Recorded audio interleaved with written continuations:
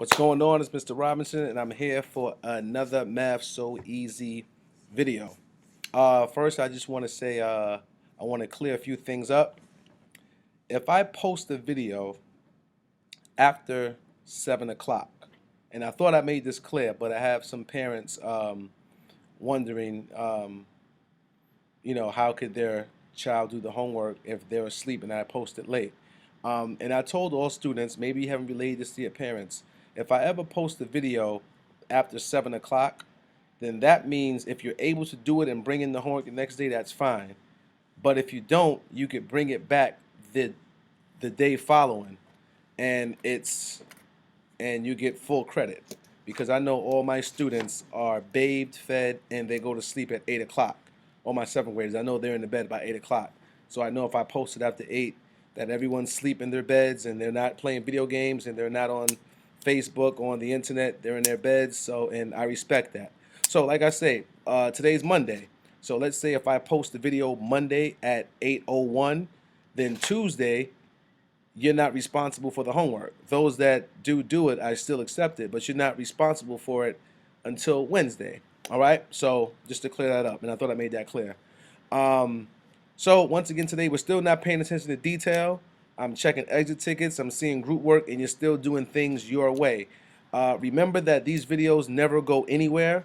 You could visit the YouTube channel at Math So Easy with a Z in the YouTube search box. These videos are always here for you to practice. I never try to throw you tricks. I never throw you curveballs. It just is what it is. So like I say, you have to play these videos over and over and over again and practice. If you don't practice, it's not my fault. It's not on me. It's on you. I'm probably one of the only teachers in the Northeast Bronx doing this. Yeah, there's teachers that are trying to flip their classrooms, but they're just finding random videos on YouTube that kind of relate to their content. Me, I teach it a certain way and I make the videos myself available to you. And don't worry, you'll thank me when you're in college and you realize that, wow, this is the way education is going. You can say, hey, my seventh grade teacher was trying to do this, but I didn't know what was going on. I didn't even see it. All right, so anyway, let's get started. Okay, so let's get into some simple interest. Okay, well, what is interest? Interest is it's a very basic concept. I like to say a favor for a favor.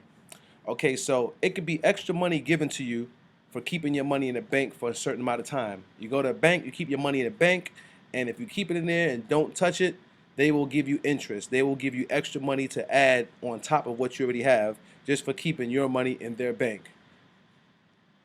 Also, it could be extra money paid on a loan. No one gives you anything for free.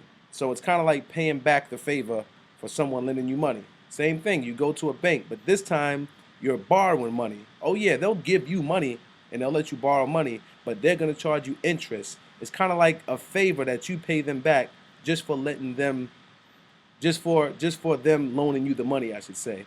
All right? So you still got to pay back the loan and you have to pay back extra amount of money on top of that called interest. And interest is usually paid annually. So if that's one thing you need to remember, the vocabulary word is annually. And that means every year. Sort of like your birthday, how your birthday comes annually. So let's jump in this real quick and let's see how we calculate how much interest we have to pay or how much interest is owed to us if we have our money in the bank or we're taking our loan. Okay, so here we go. Let's get rid of this right here. Okay, we have Clarence. Clarence decides to take out a loan from Bank of America.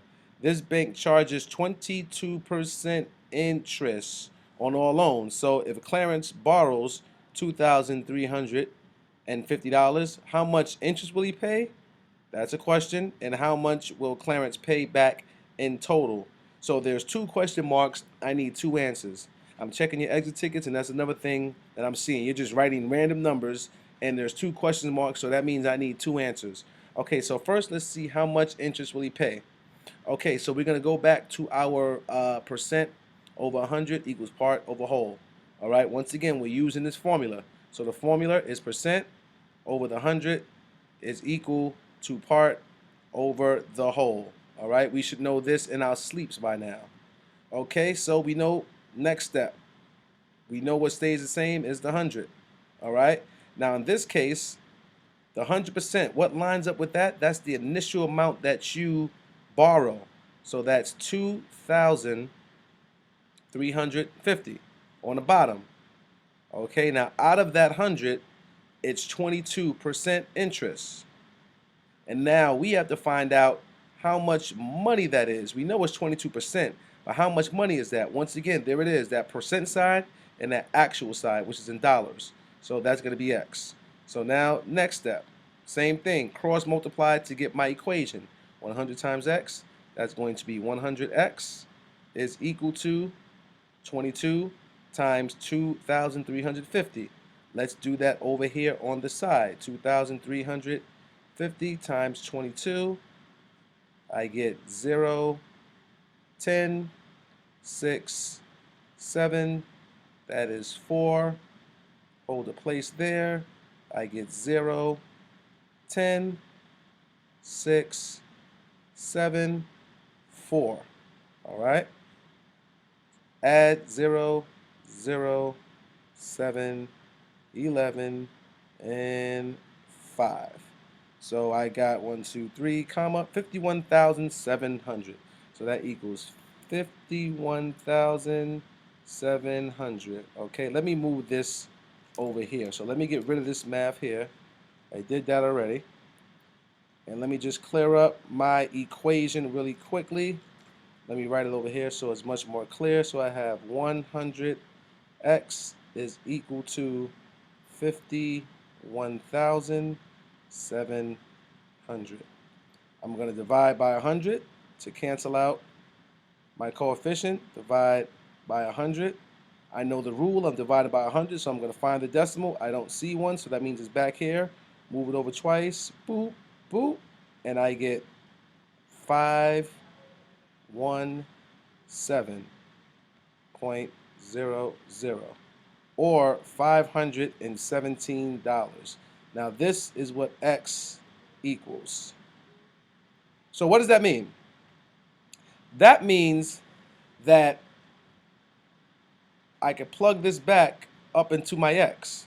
So X is equal to 51700.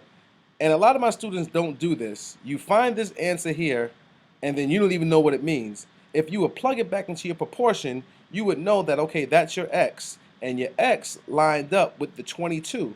In case you forgot what 22 was, go back to the question. That was 22% interest. So now you know that the interest that you receive is, or the interest that you have to pay back is $517. So now this is your interest. So I'll label this as interest. Another thing y'all don't do, y'all don't label. Interest, that's your interest, all right?